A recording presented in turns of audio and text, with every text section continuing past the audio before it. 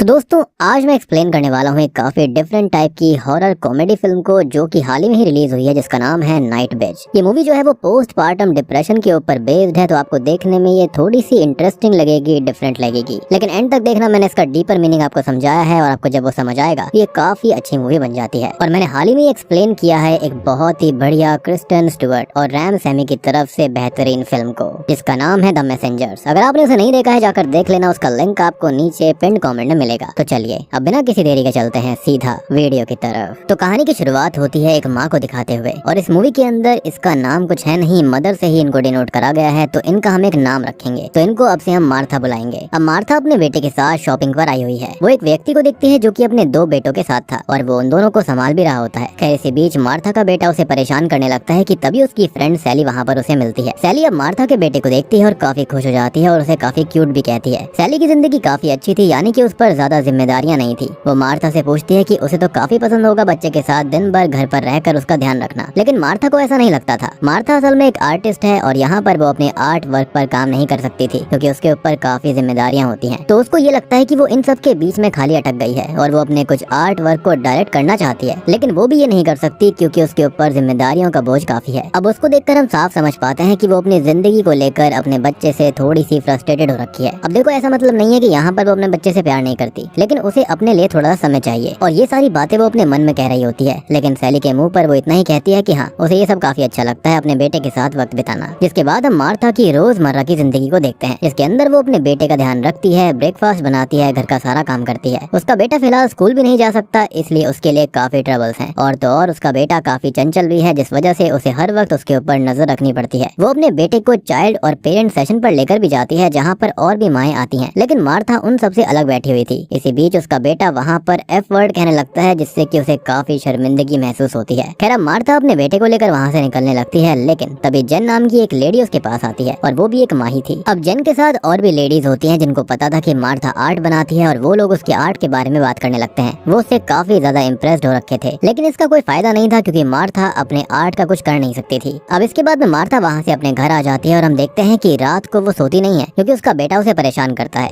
वो अपने बेटे को कहानियां सुनाती है ताकि वो सो जाए, लेकिन वो आसानी से सोता ही नहीं है। वो अपने बेटे को डांटती भी नहीं थी क्योंकि इससे वो एक बुरी माँ कहलाएगी। अब एक दिन वो अपने बेटे को घोड़ा खिला रही होती है, जिसके अंदर वो घोड़ा बनकर उसे अपनी पीठ पर बैठाती है। तब उसका बेटा कहता है कि उसके पीछे फजी हेयर्स हैं। ये सुनकर वो बाथरूम में चेक करने जाती है, जहाँ पर उसकी पीठ पर उसे कुछ अजीब से सफेद हेयर दिखाई देते हैं। साथ ही साथ उसकी चिन पर भी ऐसे ही बाल थे। उसे चिंता हो रही थी कि वो बूढ़ी होती जा रही है, शायद वो इन चीजों से परेशान हो रही थी और टेंशन की वजह से ऐसा हो रहा है। उसके दांत काफी नुकीले होते हैं और ये सब देखकर वो काफी अजीब फील कर रही थी। उसके अंदर एक अजीब सा चेंज आ रहा था। हो सकता है कि उसके अंदर स्ट्रेस हो रहा था और इस वजह से ये सारी चीजें हो रही हैं। खैर अब अगले दिन उसका हस्बैंड फाइनली अपने काम से घर पर वापस आता है क्योंकि काफी दिन से वो आउट ऑफ स्टेशन था काम के सिलसिले में। अब देखो यहाँ पर इसका भी कोई नाम नहीं है, तो इसको हम जॉन बुलाएंगे। जॉन मार्था से आकर कहता है कि उसका काम काफी बेकार रहा, इससे अच्छा था वो घर पर रहता क्योंकि वहाँ पर कोई काम ही नहीं है, वो काफी आसान रहता। अब ये बात तो मार्था ही जानती थी कि उसके ऊपर कितनी जिम्मेदारियां हैं और यहाँ पर रुकना उतना आसान नहीं है। खैर यहाँ पर वो अपने हस्बैंड को अपनी प्रॉब्लम्स के बारे में बताती है कि उसे फजी हेयर्स आ रहे हैं और उसके सूंघने की शक्ति बढ़ गई है, जिससे कि उसे काफी ज्यादा अजीब सी स्मेल्स आती रहती हैं। उसके दांत भी काफी ज्यादा तेज हो चुके हैं और ये सब शायद उसके लगातार थकान की वजह से हो रहा है, लेकिन जॉन इस पर जरा सा भी ध्यान नहीं दे रहा था। अब रात को वो उसको ये बताती है कि वो अपने बेटे पर हर वक्त नजर रखती है और अगर वो जरा सी भी नजर हटाती है तो वो यहाँ वहाँ कभी कुछ भी चीज उठा लेता है और कहीं भी जाने लगता है। मार्था उसे अपनी दिक्कतें बताने की पूरी कोशिश कर रही थी कि वो कैसे पूरा दिन मुश्किल से निकालती है। अब मार्था उसे ये भी कहती है कि क्या वो एक पार्ट टाइम जॉब कर सकती है, लेकिन उसका पति जॉन ये बोलता है कि उनका बेटा जब किंडरगार्टन जाने लगेगा तब वो ये कर सकती है, लेकिन फिलहाल उसे ये सब होल्ड करना होगा। ये सुनकर उसे काफी बुरा लगता है कि उसका हस्बैंड उसका सपोर्ट नहीं कर रहा था। खैर मार्था को ये बताने के लिए कि घर के काम कितने आसान होते हैं और वो अपने बेटे का ख्याल रख सकता है, इसलिए अगले दिन वो उसके साथ खेलने लगता है और उसे वो नहलाने के लिए लेकर जाता है, लेकिन वो बीच बीच में मार्था को आवाज लगाता है, वो भी छोटी छोटी बातों के लिए, और इससे वो काफी फ्रस्ट्रेटेड हो जाती है और बाथरूम में जाकर देखती है कि जॉन आराम से फोन चला रहा था और ये देखकर उसे और भी ज्यादा गुस्सा आता है। अब रात में सोते हुए उसका बेटा दोबारा उठ जाता है और मार्था अपने हस्बैंड को उठाने की पूरी कोशिश करती है, लेकिन वो तो घोड़े बेचकर सो रहा था और अब इससे होता यह है कि मार्था पूरी रात नहीं सो पाती। अब सुबह उसका हस्बैंड आता है और उससे कल रात के बारे में पूछता है कि क्या कल रात वो सो नहीं पाई। तब वो ये कहती है कि वो नाइट बिच है, यानी कि रात में जागने वाली डॉग। और अब आपने ये बात नोटिस भी करी होगी कि जो स्ट्रीट डॉग्स होते हैं वो रात में ज्यादातर सोते नहीं हैं, वो रात में बहुत ही ज्यादा एक्टिव रहते हैं और बस इसलिए उसने ये बात कह दी। खैर अब इसके बाद जॉन को दोबारा बाहर जाने का काम आ जाता है और वहाँ से जाने से पहले वो मार्था को खुद का ध्यान रखने के लिए कहता है और उसे बोलता है कि वो सारा काम एक शेड्यूल की तरह करे। और इसके बाद वो ये कहता है कि वो खुश तो रहेगी ना। ये सुनकर मार्था को गुस्सा आ जाता है और वो उसे थप्पड़ मारती है कि इतनी जिम्मेदारियों के बाद वो कैसे खुश रहेगी। लेकिन ये थप्पड़ उसने सच में नहीं मारा था, वो बस इसके बारे में सोच रही होती है और इससे हमें उसके अंदर की एक फ्रस्ट्रेशन लेवल का पता चलता है। फिर अगले सीन में मार्था अपने बेटे को लेकर पार्क में जाती है, जहाँ पर वो एक जगह पर बैठी हुई थी कि तभी कुछ डॉग्स उसके पास आते हैं, जिससे वो काफी खुश होती है। वो डॉग्स भागने लगते हैं, जिसके पीछे वो भी भागती है अपने बेटे को लेकर और एक जगह आकर लेट जाती है और अपने बचपन के पलों को याद करने लगती है। मार्था की माँ काफी अच्छा गाना गाती थी, वो यूरोप की सबसे बेस्ट सिंगर हो सकती थी, लेकिन घर में बच्चे और उनकी रिस्पॉन्सिबिलिटीज की वजह से वैसा नहीं कर पाई। और सेम यहाँ पर मार्था के साथ भी हो रहा था। वो आर्टिस्ट होती है, लेकिन उसकी रिस्पॉन्सिबिलिटी की वजह से उसका आर्टिस्ट होना बेकार था। अब इसके बाद सीन चेंज होता है और मार्था अपने बेटे के साथ घर पर होती है। उसका बेटा कलर से खेल रहा होता है और वो उससे पेपर पर ड्राइंग बनवा रही थी, लेकिन उसका बेटा दीवार पर और पूरे फर्श पर वो कलर फैला देता है और उसका काम और ज्यादा बढ़ जाता है, जिससे कि वो बहुत ही ज्यादा गुस्से में आ जाती है। फिर इसके बाद वो बाथरूम के अंदर होती है, जहाँ पर वो अपने बैग पर एक बड़े से पिंपल को देखती है। वो उसको अब पिन की मदद से फोड़ देती है, जहाँ पर वो धीरे धीरे डॉग में बदलती जा रही थी। और तो और वो हरकतें भी ऐसी ही करती है। वो सुपरमार्केट में सामान खरीदने जाती है, जहाँ पर वो हर सामान को सूंघ कर ले रही थी, जो कि काफी अजीब था। खैर रात में उसे अपने दरवाजे पर से कुछ आवाजें आती हैं। वो पास जाकर देखती है, तब उसे कुछ डॉग्स मिलते हैं, जिन्हें देखकर वो खुश थी, लेकिन वो सारे उसे दबोच लेते हैं। लेकिन ये सब सिर्फ उसका सपना था। अब अगले दिन उसका बेटा एक मरे हुए चूहे को उसके पास लेकर आता है। ये देखकर मार्था उसके पीछे जाती है, जहाँ पर दरवाजे पर आकर देखने पर उसे ढेर सारे जानवरों की लाशें मिलती हैं और पता नहीं ये सब किसने किया था। इसके बाद हम उसे लाइब्रेरी के अंदर देखते हैं, जहाँ पर वो लाइब्रेरियन नॉर्मा से एक ऐसी किताब मांगती है जिसके अंदर कोई वुमन एनिमल में ट्रांसफॉर्म हो रही है, उसके बारे में देखे। और तब जाकर लाइब्रेरियन उसको ऐसी एक किताब देती है। अब रात को जब वो इस किताब को पढ़ती है तो उसी के अंदर वो खुद को इमेजिन करने लगती है। अब अगले दिन वो अपने बेटे के साथ एक रेस्टोरेंट जाती है, जहाँ पर वो डॉगी की तरह खाना खा रही थी। उसे देखकर वहाँ पर सभी लोग काफी अनकंफर्टेबल हो जाते हैं, लेकिन उसे इससे कोई फर्क नहीं पड़ता। वो अपने बेटे के सामने उसे भौंक कर दिखाती है। तभी नॉर्मा वहाँ पर आती है और वो उसको ये कहती है कि वो भी अपने बेटे के साथ ऐसा ही खेला करती थी, यानी कि डॉगी डॉगी। अब इसके बाद नॉर्मा वहाँ से जाने लगती है, लेकिन मार्था को उससे बहुत कुछ पूछना था, जैसे क्या उसका बेटा होने के बावजूद वो काम पर आती है, उसने ये सब मैनेज कैसे किया। लेकिन नॉर्मा वहाँ से चली जाती है। अब घर आकर वो नहाने जाती है, जहाँ पर उसके पेट पर भी निप्पल्स थे, बिल्कुल एक डॉग की तरह, लेकिन वो उसे देखकर नॉर्मली लेती है। तभी वहाँ पर जॉन आता है। उनके घर में मिल्क खत्म हो गया था, जो कि काफी अजीब बात होती है, क्योंकि मिल्क तो ढेर सारा उनके घर पर आया करता। जॉन मार्था से पूछता है और मार्था काफी सीधी बनकर बोलती है कि उसे क्या पता वो कैसे खत्म हो गया, लेकिन उसको पिया मार्था नहीं था। अब रात में मार्था बैठी हुई थी, चैन से किताब पढ़ रही थी कि तभी उसका बेटा उसे परेशान करने लगता है और ये सब परेशान होकर मार्था जॉन के पास जाती है, लेकिन जॉन तो आराम से वीडियो गेम्स खेल रहा था। अब ये देखकर उसे बहुत गुस्सा आ जाता है और वो एक पल के लिए ये सोचती है कि वो उस पर एक डॉग की तरह हमला कर दे, लेकिन वो तभी रुक जाती है। वो उससे कहती है कि वो हर रात उसके बेटे को संभालती है, उसका ध्यान रखती है, लेकिन उससे जॉन को फर्क नहीं पड़ता। उसकी बातें सुनकर जॉन जाता है बच्चे को सुलाने के लिए। तब मार्था सोफे पर थोड़ा सा आराम करने लगती है, लेकिन उसकी बिल्ली वहाँ पर आती है तो वो उसे भी वहाँ से भगा देती है। इसके बाद जॉन भी वहाँ पर आता है, जहाँ पर दोनों साथ में थे। वो उसे अपनी प्रॉब्लम्स बताती है, उसकी बॉडी में चेंजेस हो रहे हैं, लेकिन वो उस पर फिर भी ध्यान नहीं देता। और अब तभी एक काफी इंटरेस्टिंग चीज आती है। मार्था एक हिंदू किताब पढ़ रही होती है, जिसके अंदर सारामा का जिक्र करा गया था, जो कि एक डॉग है जो कि इंद्रदेव को सर्व करती है, जिसे सारे डॉग्स की मदर कहा जाता है। अब तभी उसे बचपन की बात याद आती है, जिसके अंदर उसकी माँ भी ऐसे ही डॉग्स की तरह बर्ताव करती थी। खैर अब अगले दिन जॉन और मार्था अपने बेटे के साथ एक म्यूजियम में जाते हैं घूमने के लिए। मार्था और जॉन साथ में बैठते हैं। अब मार्था यहाँ पर अपने पति के सामने कहती है कि अब वो और आर्टिस्ट नहीं बन सकती और उसकी जगह उसे फोकस करना चाहिए अच्छी माँ बनने पर। उसे अपने बेटे के साथ वक्त बिताना चाहिए, क्योंकि वो काफी जल्दी बड़ा हो रहा है। और ये सब बातें वो असल में फ्रस्ट्रेशन में कह रही थी, जिस पर जॉन जो होता है वो आग में घी डालने का काम करता है। वो उसे ये कहता है कि अगर उसे ये ठीक लगता है तो वो यही करे, लेकिन यहाँ पर वो एक्सपेक्ट कर रही थी कि जॉन उसे ये कहेगा कि वो आर्टिस्ट बनने पर फोकस करे। इससे वो काफी ज्यादा डिसअपॉइंटेड होती है। अब सीन रात की तरफ आता है, जहाँ पर वो डॉग्स की तरह चलकर घर से बाहर आती है और यहाँ पर वो एक डॉग में ट्रांसफॉर्म हो जाती है। जी हाँ, जिसकी वजह से वो पूरी तरह से मिट्टी में मैली हो गई थी। वो नहा रही होती है, तब उसका पति उसे देखता है। वो पूछता है कि वो कहाँ गई थी। इस पर मार्था कहती है कि वो थोड़ा सा वॉक पर गई थी। अब सीन चेंज होता है और जॉन दोबारा बाहर चला जाता है और उसके जाने के बाद से मार्था अपने बेटे के साथ डॉगी की तरह ही खेलने लगती है। अब वो उसे भौंक कर दिखाती है और वो उसे भी ऐसा ही करने के लिए कहती है।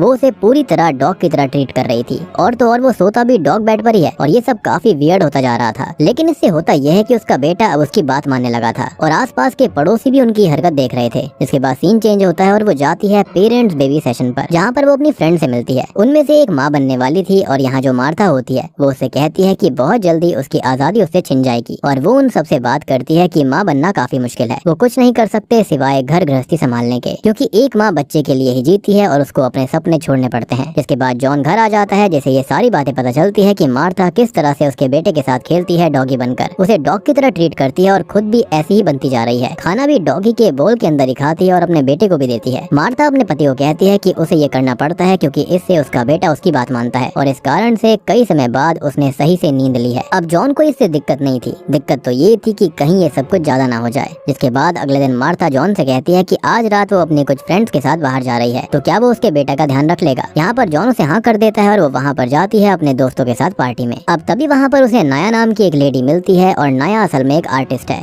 साथ ही साथ उसकी बेटी भी होती है, लेकिन वो दोनों चीजें मैनेज कर लेती है। उसे देखकर मार्था पूछती है कि वो दोनों चीजें कैसे मैनेज कर रही है, जिस पर वो बताती है कि ये सब क्रिस्टीन के बिना नहीं कर सकती थी, जो कि उसकी नैनी है। अब यहाँ मार्था को पता चलता है कि वो कितनी हेल्पलेस है, उसके पास एक ड्रीम है जो वो चेज नहीं कर पा रही। यहाँ पर अब वो फिर से डॉगी की तरह हरकतें करने लगती है और भौंकने लगती है और वहाँ पर बैठे सभी लोग उसे हैरानी से देख रहे होते हैं। वो खाती भी ऐसे ही है, लेकिन तभी वो वहाँ से भाग जाती है डॉग में ट्रांसफॉर्म होकर। जिसके बाद वो घर पर भी यही सब चीजें करती है और वो अपने डॉग फ्रेंड से मिलती है, उनके साथ रहती है, यहाँ तक कि वो अपनी बिल्ली को भी मार डालती है। अगले दिन उसको एहसास होता है कि उसने कितनी बड़ी गलती कर दी और वो उसकी बिल्ली को बाहर ही गाड़ देती है। इसी बीच उसका बेटा कहीं पर चला जाता है और वो उसको ढूंढने लगती है पागलों की तरह, लेकिन वो उसको फाइनली मिल जाता है। अब अगले सीन में जॉन उसके पास आता है और वो उससे इस बारे में बात करने लगता है कि ये सब हुआ कैसे, लेकिन यहाँ वो काफी फ्रस्ट्रेटेड हो रखी थी और फाइनली वो उसको सब कुछ बता देती है कि वो इस रिश्ते से खुश नहीं है, इस जिंदगी से खुश नहीं है। जब उसने उससे ये कहा था कि वो आर्टिस्ट रहना छोड़ देगी, तब उसके पति ने यानी कि जॉन ने कुछ भी नहीं कहा, बस उसको ओके कह दिया, जैसे कि वो इसी चीज का इंतजार कर रहा हो और वो यही चाहता है कि वो घर पर रहे और एक हाउस मॉम की तरह बनकर रह जाए, क्योंकि आज तक उसने उसे कभी अप्रिशिएट नहीं किया किसी भी चीज को लेकर। उसने सारा काम किया, उसके कपड़े धोए, सब कुछ संभाला और अब वो खुद के सपने फॉलो नहीं कर सकती। जॉन कहता है कि जब भी उससे वो पूछता था तो वो सब कुछ ठीक बताती थी, तो उसे ये लगता था कि सब कुछ ठीक है और वो सिंपल क्यों नहीं हो सकती, सब कुछ डायरेक्टली क्यों नहीं कह सकती। अब मार्था का ये कहना था कि ये बातें तो उसे खुद ही समझ जानी चाहिए थी। यहाँ मार्था काफी गुस्से में होती है और वो उससे सेपरेशन मांगती है कुछ समय के लिए, कि उसे कुछ स्पेस चाहिए खुद को रिकवर करने के लिए, डिस्कवर करने के लिए, ताकि वो खुद को यहाँ पर बहुत ही अच्छे से संभाल पाएगी। जॉन भी उसे इस चीज के लिए ना नहीं कह पाता, वो कहीं ना कहीं उसकी गलती जरूर थी, वो उसको अप्रिशिएट नहीं करता था, उसकी चीजों पर ध्यान नहीं देता था। खैर अब इसके बाद में मार्था नॉर्मा से मिलती है, जहाँ पर वो उसको बताती है कि एक माँ होना इतना आसान नहीं होता। उसने भी काफी चीजों को फेस किया था शुरुआत में और वो भी रातों में सो नहीं पाती थी। बहुत सारा पेन सैक्रिफाइस करने के बाद लेडी की प्राइमल अर्जेस बढ़ने लगती हैं। अपनी फ्रस्ट्रेशन निकालने के लिए वो ऐसी हरकतें करती है। मार्था को यहाँ पर ये बात भी पता चलती है कि उसकी माँ के अंदर भी ये डॉग वाले ट्रेड्स थे, जिसके चलते ये मार्था के अंदर आ गए और उसके बेटे के अंदर भी ये मौजूद हैं। तभी यहाँ पर वो इस तरह की हरकतें कर रही थी और साथ ही साथ उसका बेटा भी इस चीज से काफी खुश होता है। लेकिन यहाँ पर मुझे ऐसा लगता है कि इसका लिटरल मीनिंग ये नहीं है। यहाँ पर लिटरल मीनिंग यही है कि माँ बनने के बाद में चीजें डिफिकल्ट हो जाती हैं अगर हस्बैंड या फिर फैमिली सपोर्ट नहीं करती,